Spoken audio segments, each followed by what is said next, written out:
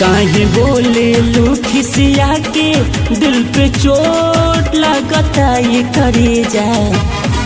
काहे बोले लू खिसिया के दिल पे चोट लगता ये जाना। पढ़ू की से मीठ तुहरे होठ लगता ये करे जा।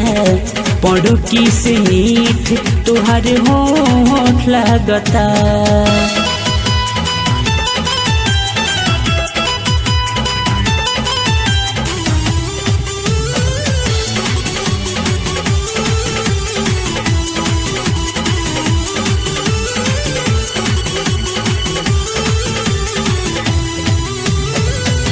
किसिया बदरिया अपन बनहले बाड़ू चाप के। सुंदर सलोना रूपावा रखले बाड़ू ढाप के। रखले बाड़ू ढाप के। किसिया बदरिया अपन बनहले बाड़ू चाप के। सुंदर सलोना रूपावा रखले बाड़ू ढाप के। सबसे बड़का मुदई चूना रिके ओट लगता ये करे जा। पढ़ू की से मीठ तुहरे होठ लगता ये जाना। बर्फी से मीठ तुहरे होठ लगता।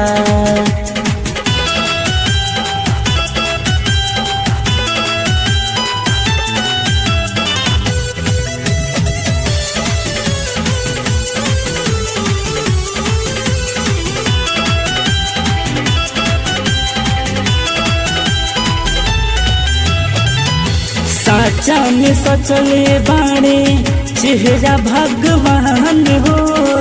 देख के लजा जाला बादारा के चांद हो।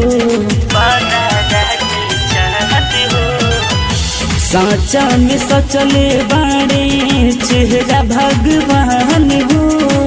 देख के लजा जाला बादारा के चांद हो। तोहरे रूप के गो टुकड़ा उ तो छोट लगता ये करे जा। पढ़ू की से मीठ तुहरे होठ लगता ये जाना। बर्फी से मीठ तुहरे होठ लगता।